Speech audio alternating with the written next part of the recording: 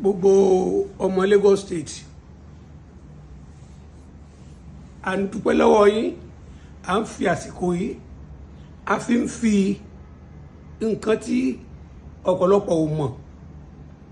a fi ń fi hàn yín ní LASUT hospital lábẹ́ aláṣẹ Adétòkunbọ̀ ó Fábànwò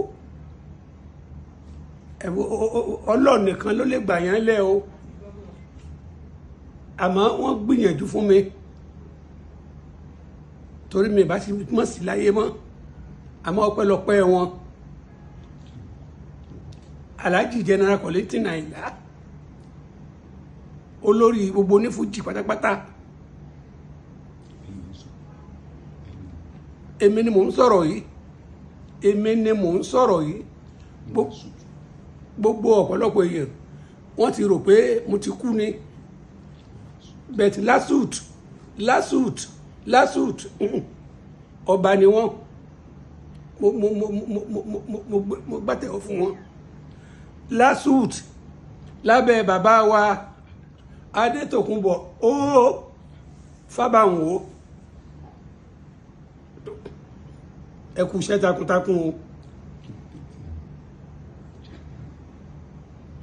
ẹ wo bí gbogbo bí ṣe rí ẹ wo gbogbo bó ṣe rí ẹ wo bó ṣe rí ẹ try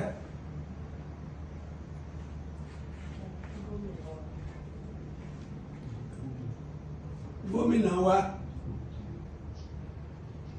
Babájídé Olúṣọlá Sanwó-Olú mo kí ẹ̀yin náà o àtìlẹ́yìn yín ni mo dẹ̀ tí chief of staff náà torí gbogbo àwọn tí wọ́n mẹ́kọ̀ọ́ dúró náà nìyẹn àti commissioners pátápátá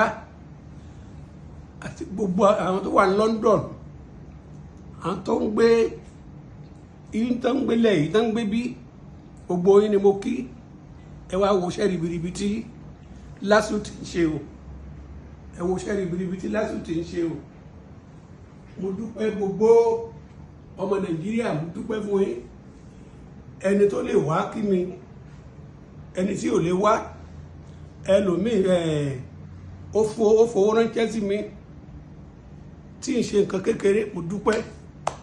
ẹni firú ẹ̀gbá o torí ọ̀pọ̀lọpọ̀ ló ti lérò pé ó ti kú bẹ̀tà dúpẹ́ lọ́dọ̀ Ọlọ́run LASUT ó ra ẹ̀mí mi padà mo dúpẹ́ lọ́dọ̀ Ọlọ́run